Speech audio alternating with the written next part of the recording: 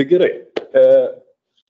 Kaip šiek tiek nujausdamas, kad Linartas papasakos apie šiokius tokius konceptus, kurie bus aktualūs mano tam tikram teoriniam karkasui pateikti, tai aš daugiau pakalbėsiu apie tam tikras metodologinės problemas, kurias šiek tiek bandžiau aptarti ir praeitos mūsų ezoterizmo konferencijos metu. Tai dabar pakalbėsiu apie šiek tiek partikuliaresnę, šiek tiek konkretesnę metodologinę problemą,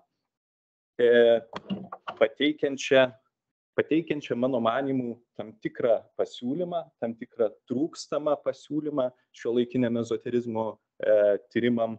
Bet visų pirma, kad pakalbėti apie tai reikia šiokios tokios įžangos, mano manymų, apie tai, kur mes esame dabar su ezoterizmo tyrimais, būtent metodologiniais tyrimais. Tai pirminis klausimas lydėjęs, tarkime, ezoterizmo nepasikeitė. Tuoj vieną akimirką.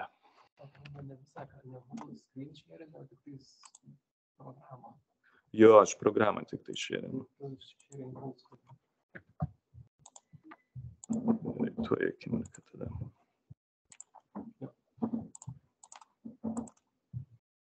Dabar bandu.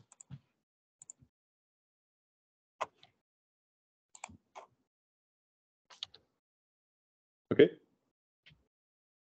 Pasikeitė? Jo. Gerai, puiku. Tai tęsiant. Klausimą apie tai, kur mes esame dabar, kur mes buvome su ezoterizmo tyrimais. Tai mano manymu, pirminiai etapai buvo daugiau orientuoti į tam tikrą dekonstrukciją.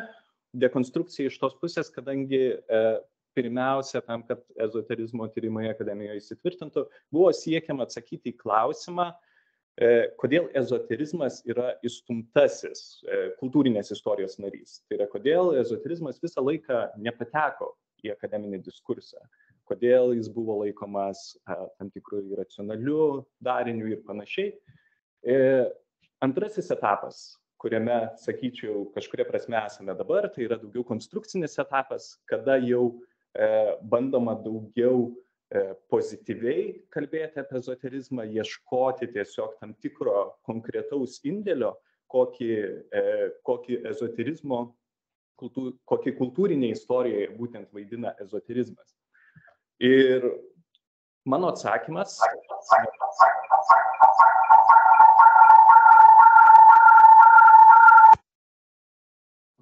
Kažkas įsijungė su garsu. Tai mano atsakymas šioje vietoje ir tam tikras pasiūlymas bus kažkuria prasme bandymas kalbėti apie du šios klausimus. Tai yra, kodėl tam tikra ezoterizmo dalis vis dar, mano manymu, yra išstumta iš ezoterizmo diskurso ir iš akademinės sferos. Ir kodėl tam tikri objektai ar tam tikri laukai vis dar nepatenka į tą sferą. Ir tuo pačiu metu bandysiu šiek tiek nurodyti pirštais į pavyzdžius, apie kuriuos kažkuria prasme kalbėjo konkrečiau netgi ir Linartas. Kurie šioje vietoje pavyzdžiai galėtų pasitarnauti kaip aiškus istoriniai aktoriai, istoriniai veiksniai, reprezentuojantis šitą trūkumą, bet pakankamai aktyvų trūkumą, visų pirma, besireiškinti filosofinėje sferoje, bet turinčią taip pat įtakos ir kitom disciplinom. Tai dar šiek tiek pasiliekant ties tam tikrais įžanginiais žodžiais ir kalbant apie tai, vėlgi liečiant tas pirmąsias tezes, tai dažniausiai ezoterizmas yra konceptualizuojamas, ar ezoterizmo problema yra konceptualizuojama. Tai gerai žinoma sociologo Makso Weberio racionalizacijos tezės rėmuose, kurioje jis užduoda klausimą apie tai, kaip, sakykime, mes sakome, kaip mes perėjome iš iracionalumo į racionalumą, ar ne? Ir šitą perėjimą iš iracionalumo į racionalumą, taip metaforiškai tam tikrą prasme įsivardyja kaip perėjimą iš kerėjimo pasaulio, arba kitaip, čia lietuviškai galbūt tai tikslingai nesiverčia, bet enchanted pasaulio link disenchanted pasaulio. Tai yra link atkerėtojo pasaulio.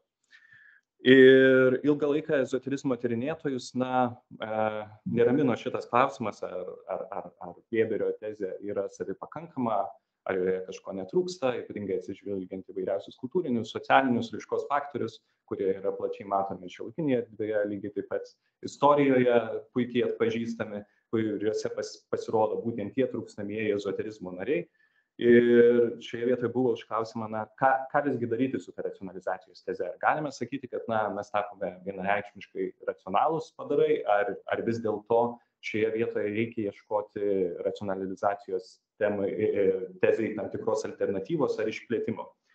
Ir racionalizacijos tezė, kaip jie apibrėžiama, tai kad dabartinėme, tarkime, laikotarpyje, ar ne, atkerėjimo laikotarpyje, yra įskiriama iš Weberio tekstų, daroma šiaip labai skirtingos interpretacijos priklausomai nuo autorių, bet įskiriamos keli tam tikri metaetiniai atkerėjimo pasaulio reikalavimai, tai tokios, tam tikra prasme, pirminės etinės vertybės, apibrėžiančios atkerėjimo tam tikrą pasaulėvaizdį. Ir čia vienas iš žymesnių šiuolaikinių autorių, Jasonas Josephsonas Stormas, sako, kad šis atkerėjimo pasaulis pasižymi metafiziniu realizmu, iš kurio tikėjimas, kuris žymi daugiau tai, kad yra pasitikima pasauliu toks, koks jis yra, ir nemanoma, kad pasaulis turi kažką bendro su reprezentacija, pasaulis tiesiog yra tiesiogiai pažįstamas mums, nieko nėra daugiau anapus to pasaulio, kas jau nurodo savaime į tam tikrą ontologijos homogeniškumą arba tikėjimą, kad nėra tam tikrų nekasdienių objektų, nėra nekasdienių asmenų, ir apskritai kažkokios tai galimos transcendencijos.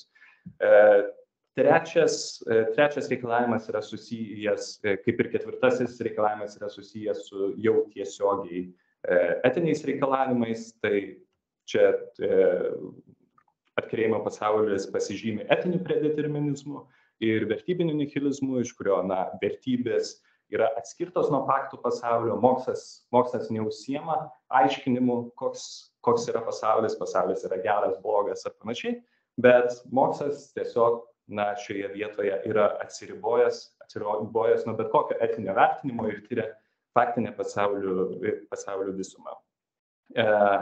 Ketvirtasis matmuo tai yra episteminis pasitikėjimas, tai yra kitaip vadinamasis tikėjimas, kad viskas gali būti pažinu intelektualizacijos būdu, tai yra viskas protu yra pažįstama.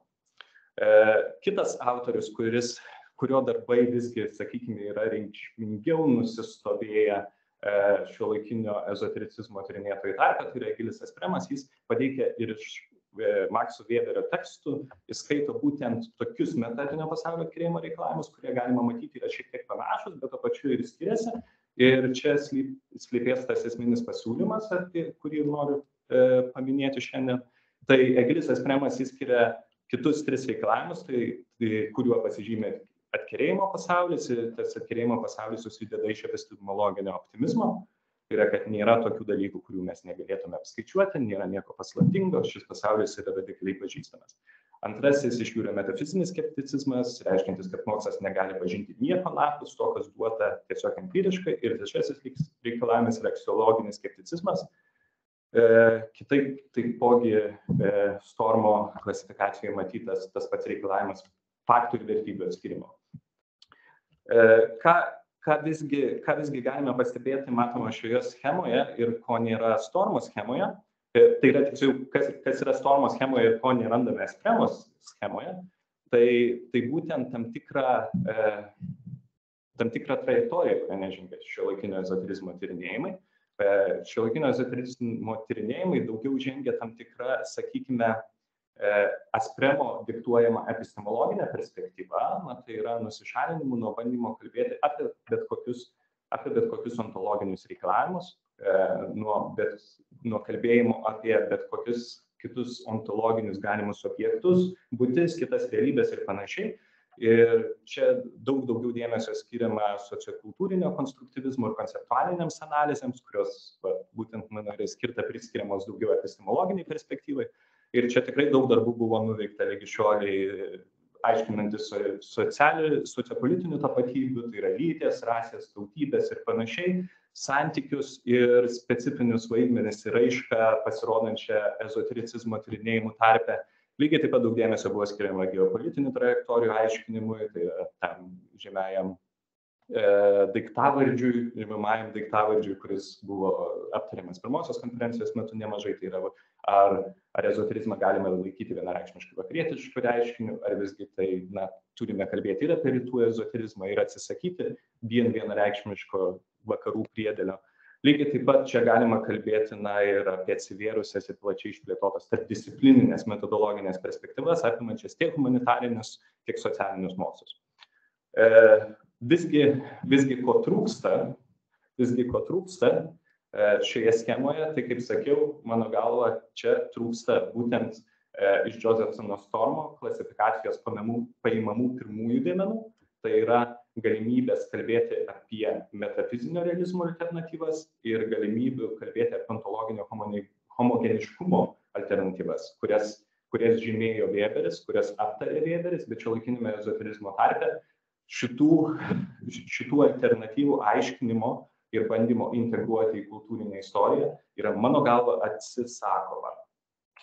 Kai tuo tarpu, mano manymu, pačiame ezoterizmo lauke tų pavyzdžių, ontologinių pavyzdžių, realybių, kitų objektų, angelų, demonų, akašų įrašų, Agatos karalystės, mundus imaginalis, astariniai planai, gyvybės medis, energijos ir taip toliau, tų pavyzdžių yra gausybė, apstu, bet šioje vietoje visgi renkamasi greičiau sociokultūrinio konstruktyvizmo ar konceptualinės analizės epistemologinės trajektorijas. Koks yra šioje vietoje mano pasiūlymas ir specifinis atvejis, mano manymu, slypintis šiuolaikinėje istorijoje, tai yra būtent išskirtinis pavyzdys šiuolaikinis realizmas. Šiuolaikinis realizmas susidedantis iš tokių dėmenų, visų pirma, tai yra labai plataus masto judėjimas, aš netgi linkčiau jį traktuoti ne kaip griežtai apibrėžtą filosofinį judėjimą, bet daugiau kaip tam tikrą besitęsiančią mąstymo tendenciją, prasidedančią galbūt net 20 amžiaus gale ir gyvuojančią iki pačių laikų. Ir iš šiuolaikinių realizmų tarpą įeina tokie objektai net tokie judėjimai kaip objektiškai orientuota ontologija, kitaip vadinamasis mums geriau žinomas spekuliatyvusis realizmas, taipogi transcendentalinis nihilizmas, neodetalizmas, ir daugybė kitų judėjimų, kuriuos čia miniu ir tas sąrašas yra labai ilgas. Ir koks yra pagrindinis uždavinys tų šiuolaikinių realistų, lygiai taip pat čia Linarto atveju dar galiu irgi priminti, tai kad tie patys akceleracionistai ir pati hipersticijos konceptualizacija čia irgi vaidina labai ryškų vaidmenį. Ir pagrindinis šiuolaikinių realistų uždavinys tai yra būtent siekis greičiau kalbėti ne apie uždarumą epistemologinėje perspektyvoje, bet kalbėti apie naujas galimybės, kalbėti apie realybę, kalbėti apie ontologiją. Ir todėl pagrindinis šiuolaikinių realistų siekis yra siekis įveikti taip vadinamąjį koreliacionizmą arba kitaip būties ir mąstymo santykio būtinybę. Tai yra anot šiuolaikinių realistų, koreliacionistai yra tie filosofijoje besireiškintys judėjimai, nebūtinai filosofijoje, kurie sako, kad visada turi egzistuoti tam tikra koreliacija tarp mąstymo ir būties ir mes negalime mąstyti apie realybę nepriklausomai nuo jos. Tai šioje vietoje, šiuolaikiniai realistai, juos vienijantis siekis, nepaisant jų įvairiausių judėjimų ir įvairiausių pogrupių gausos, yra būtent vienijantis siekis išsivaduoti šitos koreliacijos, atrasti realybę iš naujo. Ir žinoma, visos problematikos pradžia gali būti atsekima Immanuelio Kanto transcendentalinėme projekte, kuris neatsitiktinai pasižymi kaip, kam žinoma, kam nežinoma. Immanuelio Kanto užduotis buvo nustatyti proto pažinimo ribas ir tuo pačiu metu įsteigti saugią epistemologinę perspektyvą, iš kurios būtų galima mąstyti apie realybę, nedarant išankstinių dogmatinių, tų pačių metafizinių, kažkokių tiesioginio realizmo pavyzdžių apie tai, kas yra anapus mąstančiojo subjekto.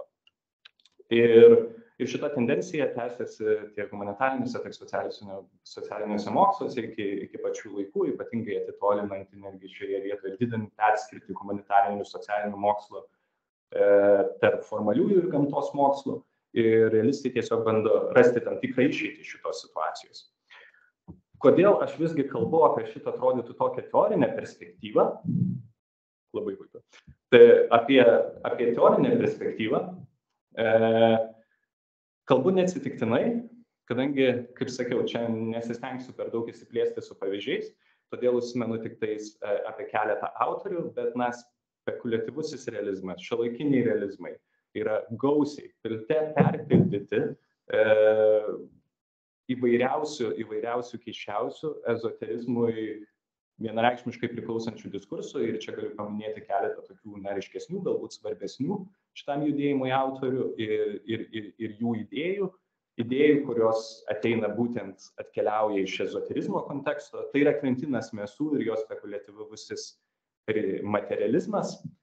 Šioje vietoje, Mesu priklauso tai pačiai tradicijai, kaip vienas iš ezotericizmo šiuolaikinių tyrinėtojų, Knocho von Stugbrada sako, siekiančių aukštesniojo pažinimo, siekiančių išeiti iš subjektinio uždarumo ir netgi savo projektą pristatančio kaip siekį ieškoti didžiosios išorybės, išėjimo iš subjekto uždarumo pasaulio. Lygiai taip pat jis sako, kad realizmas turi būti toks projektas, kuris neturėtų būti sutelktas vienareikšmiškai ties mokslinio racionalumo paieška, bet svarbiausia tai yra racionalumo esančio anapus mokslo pasaulio paieškos. Lygiai taip pat jis turi dar vieną ganėtinai žymų ir kol kas paslaptingai plačiau nevystytą spektrinės virtualaus dievo dilemos konceptą, kuriuo kalba apie galimybę dievui, dvasioms ir panašiai egzistuoti ir neegzistuoti tuo pačiu metu. Toliau dar galiu paminėti Grahamą Harmaną, jo objektiškai orientuotą ontologiją, kuri yra žinomesnė spekuliatyviojo realizmo pavadinimu. Jis netgi turi savo specifinę versiją realizmo, kurią vadina keistuoju realizmu, ir tas keistasis realizmas yra pagrįstas, vėlgi daug labai referuoja Liunerto reklamoje, tai kad yra nemažai pagrįstas ant Howardo Phillipso Lovecrafto konceptų, kurie irgi atkeliauja iš akceleracionistinio irgi to paties konteksto, bet šioje situacijoje Grahamas Harmanas siūlo jo realizmo versiją, jo realybės versiją aiškinti būtent pasitelkiant Lovecrafto mitologinius pasakojimus, Lovecrafto fikcinės istorijas ir panašiai. Kitas žymus jo sekėjas, Timotas Mortonas, turi netgi visą knygą išleistą skirtą paaiškinti, kaip pasaulis veikia tam tikro estetinio, maginio priežastingumo būdu. François Laruelis, kitas garsus mąstytojas, senesnis mąstytojas, ne filosofijos arba nestandartinės filosofijos autorius, netgi turi išleidęs bent kelias knygas skirtas būtent aiškinti gnostinio pažinimo, kaip būtent to trečiosios pažinimo formos, nuo kurios prasideda realizmo filosofija, nuo kurios prasideda atpalaiduotas, išlaisvintas mąstymas nuo ankstesnių epistemologinių įsitikinimų, tai pasitas konceptas ryškus. Žinoma, Eugenas Tuckeris ir jo tamsusis vitalizmas, kuriame jis nemažai dėmesio skiria siaubo kultūrai, filosofijos siaubui, okultiniai filosofijai ir demonologijai aiškinti. Tai mano manymu, iš šiuolaikinių realizmų diskurso galima paimti keletą tokių svarbių aspektų. Tai, kad, kaip sakiau, buvo minėti tie keli tvirtinimai, ateinantis iš Vėdario konteksto, kad atkerėjimo pasaulis yra susijęs su metafizinio realizmo tam tikrų reikalavimų, ontologinio homogeniškumo reikalavimų, bet šiuolaikiniai realizmai visgi siūlo tam tikras alternatyvas, kitokias alternatyvas, kurios nekalba apie naivųjį realizmą, bet greičiau netgi stipriai yra kritiškos, dogmatinės metafizikos ar kritinės naiviosios metafizikos atžvilgiu. Lygiai taip pat, čia galime atrasti daug įvairiausių pliuralistinių interpretacijų, kur lygiai tas pats ir Mesu kontekste matomas tvirtinimas apie tai, kad reikia ieškoti racionalumo, kuris nebūtų uždarytas vien mokslinio pasaulio rėmuose, bet turi turėti kažkokį galbūt irgi kitą ontologinį pagrindą.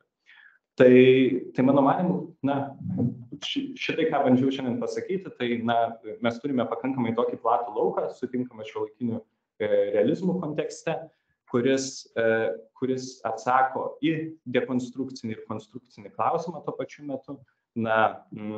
Dekonstrukcinį klausimą iš tos pusės, kodėl realizmas, tiksliau, kodėl ezoterizme buvo atmestos tam tikros ontologinės perspektyvos ir iki šiol apie jas vengiama daugiau šnekėti.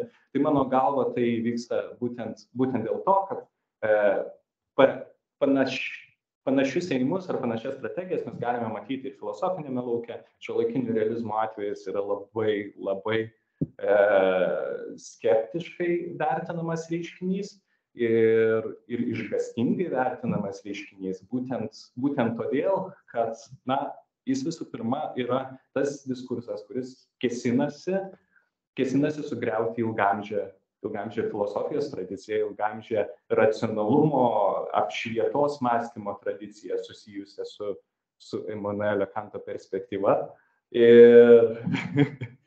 Ir matau, judina galvą, Jurga, tai gerai. Ir kitas konstrukcinis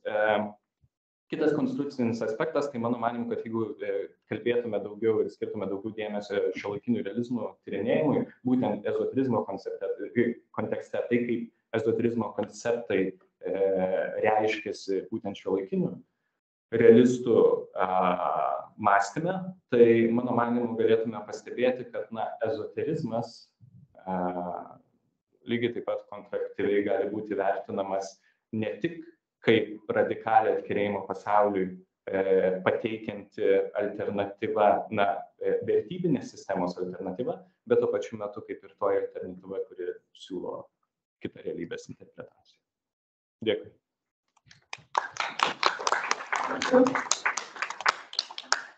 Labai ačiū. Aš turiu klausimų, bet galbūt iš publikos kas norėtumėt užduoti. Įdomus pranešimas Tadas, matau. Norėčiau klausimą, bet vėlgi toks paprastas klausimas, kad noriu irgi, kad užgožti gal kiti norės. Mano, paminėjai, Adai, apie tam tikras kategorijas pačioj pradžioj, arba tam tikrus objektus, kurie tada nurašomi kažkaip taip nerelevantiški arba neegzistuojantys tam tikrų sampratų tikrovės.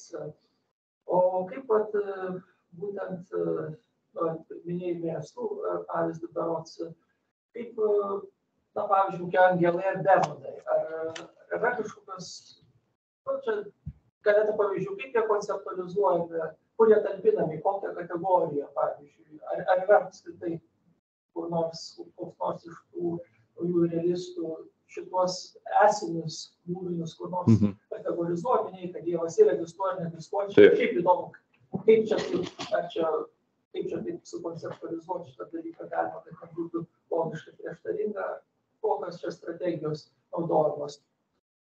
Čia tokio platus klausimas, bet kokį pavyzdį. Taip, supratau, bet čia tu turi omeny nebūtinai kalbant, ar ne, apie angelus ir demonus, kaip pavyzdį. Taip.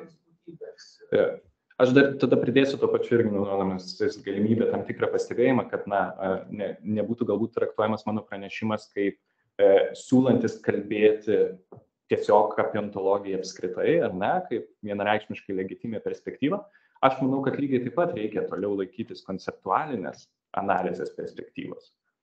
Laikytis šitos trajektorijos judėjimo, bet tiesiog neužmiršti tai, kad mes lygiai tuose pačiuose ezoterizmo tekstuose galime atrasti ir siekį kalbėti apie kitas ontologijas, į kurias mano galva šiuo metu tiek dėmesio galbūt nekreipiama ir daugiau dėmesio skiriama kitiems struktūriniams klausimams. Tai čia toks pastebėjimas, kalbant tada apie angelus ir demonus, ar ne, ar kažkokias kitas būtybės, tai čia labai priklauso nuo autoriaus, be abejonės, nes praktiškai kiek šiuolaikinių realizmų tarpe, kiek yra skirtingų filosofų, tiek yra skirtingų idėjų. Čia vienas iš tokių komiškų filosofinių, sakykime, sąjūdžių, kuris kur kiekvienas autorius turi po savo judėjimą. Tai tiesiog, aš įsivaizduoju, kad labai plačiai reikėtų aiškinti, tai galėsim atskirai pašnekėti, pasitarti. Ačiū, Audrius. Mano klausimas susišaukia gal kiek su Tado. Aš tiesiog noriu paklausti, kur tu lokalizuotum ir kaip tu matytum šitų realizmų perspektyvoje būtent pastangą visiškai atsisakyti ontologinio mąstymo, ontologinės perspektyvos. Aš kalbu apie jungišką realybės interpretaciją, kuri yra psichologizuojama. Kai skirtumo tarp išorės ir vidaus nėra, visas išorinis pasaulis yra mano psichinis pasaulis. Tai irgi yra specifinis deontologizuotas, subjektivizuotas, psichologizuotas realybės konstruktas. Nes jau senas palyginimas. Kaip susišaukia, kur tu jį, kaip tu susietum su dabartinė perspektyva?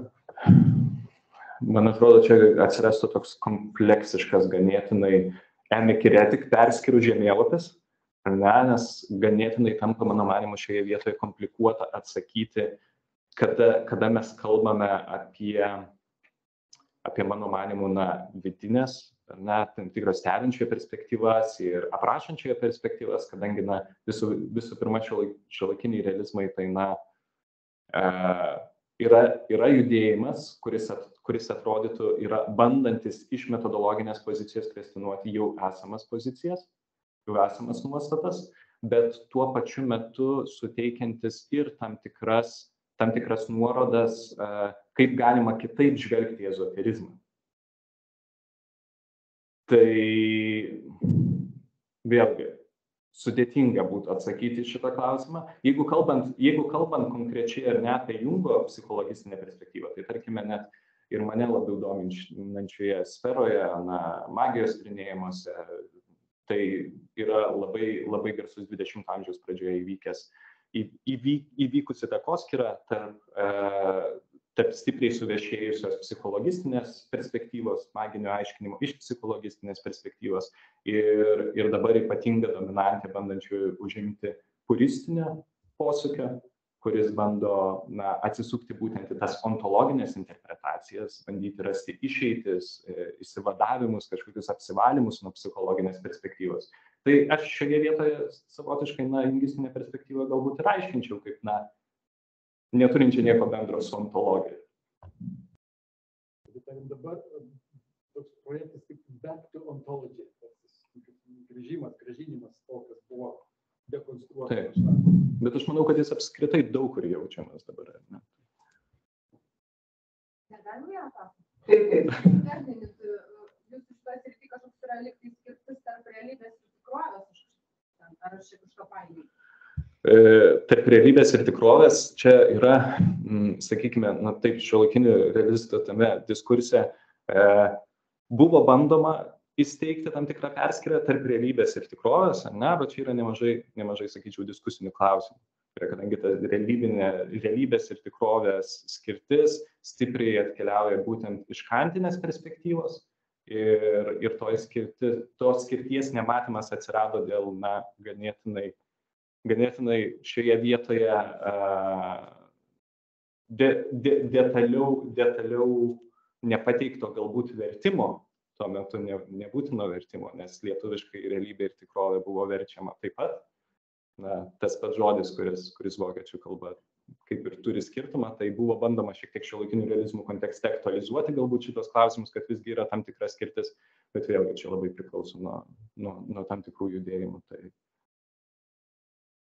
Pagal programą turėtume baigti, bet tu vėliau pradėjai.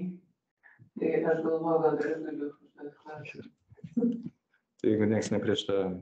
Taip, manau, kad jo. Tiesiog, aš tai du turėjau, vienas beveik su Audrius sako, tai yra, man, kai kalbėjau apie ezoterizmo judėjimus, man yra neaiški skirtis tarp ontologijos ir epistemologijos. Visiškai. Ir juose pačiuose jinai yra labai neaiški. Ir juos visus nušluoti ir į ontologiją, tai yra žiauriai neteisinga. Nes juodo ant balto yra deklaracijų juose pačiuose, kad tai nėra ontologija, nėra. Jie nekalba apie objektyvę tikrovę už jų esančią. Tada reikėtų kažkokius galvoti, kaip heidegeriškos metafizikos. Man taip atrodo, aš nežinau, bet apie tą skirti vienas klausimas, o kitas klausimas labai paprastas, tai yra ne pirmą kartą girdžiu ir iš tavęs ir iš daug, kad tarsi akademinis pasaulis kažkaip išstūmė ir nebesidomi ir nebesidomė 20-ame amžiuje ezoteriniais judėjimais. Tuo tarpu tai buvo abipusis, iš tikrųjų abipusis ir labai ryškus išstūmimas vienas kito, nes ezoteriniai judėjimai, bent jau neįžo ir 20 amžiaus jie visi atsiriboja labai griežtai žodžiais nuo mokslo, bet kokio ir fizikos, ir filosofijos, ir psichologijos ir taip toliau, tai yra tas yra abipusis ir kad dabar tai yra suartėjimas, tai ar negeriau piešti va tokią tą schemą, kur yra, reiškia, išsiskyrimas ir dabar kažkoks judėjimas kartu. Atsakant į tavo antrąjį klausimą, tai yra irgi skirtingų metodologinių perspektyvų. Vieni, kurie sako, Buterio, Hanegraaфo, tarkime, perspektyva yra toji, kuris sako, kad, tarkime, akademinis pasaulis vienareikšmiškai atsisakė kalbėti apie vadinamai atmestąjį žinojimą arba atmestąjį žiniją ir jis siūlo konceptualizuoti šitas interpretacijas, ieškoti pirminių naratyvų pagrindų būtent toje istorijoje, atsisakymo istorijoje. Dabartiniai ezotericizmo tyrinėtojai mato tame labai didžiulę klaidą. Mato, kad tokio tipo procedūra yra galbūt tiesiog tam tikra pasislėpusi diskursyvinė strategija, ateinanti iš pačių galbūt netgi ezoterinių judėjimų, linkusių save matyti kaip slaptus mokymus, slaptas organizacijas, kažkokius atmestuosius, marginalizuotus asmenys ir panašiai. Tai yra ir to, bet, tarkim, šiek tiek galbūt sujungiant su tuo pirminiu klausimu, mano atsakymą, tai kad aš šioje vietoje sakyčiau, kad kalbant, tarkim, apie ontologinę perspektyvą ir ontologijos tam tikrą atsisakymą, mano manimu, kad, gali būti jaučiamas tam tikras atmestumas. Gali būti jaučiamas, mano manimu, tam tikras ignoravimas šitos perspektyvos. Nekalbu apie ezoterizmą apskritai, sakykime, bet neatsitiktinai užtat kalbu apie šiuolaikinio realizmo pavyzdį konkrečiai. Ir netgi kalbant apie tai, kad ar net minėjai, kad čia sunku atskirti galbūt ontologinę ir epistemologinę perspektyvą, tai nepritarčiau galbūt tai daliai, kad jie vienareikšmiškai visi atsisako ontologijos.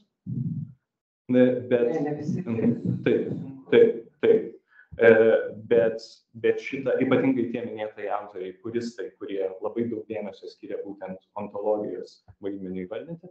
O kitas dalykas, šioje vietoje mačiau, kad labai mažai laiko ir man jau reikia baigti ir todėl nusprendžiau, kad kaip tą tyrimą rašiau, kaip lokalizuota epistemų ontologinėme diskurse, būtent ne tik ontologinėme diskurse, nutariau tos pusės nepaliesti ir tiesiog pažymėti tai, kas apie epistemologiją, šioje vietoje epistemologija nėra įstumtasis narys, tikrai. Ontologija greičiau yra tas, mano manimu, trūkumas, kuris greičiau yra pamatomas kaip dar viena dedamoji ezotericizmo tyrinėjimuose. Bet aš sutinku su tuo, kad tai yra jungtis epistemologija ir ontologija. Ačiū. Vienas remarkas.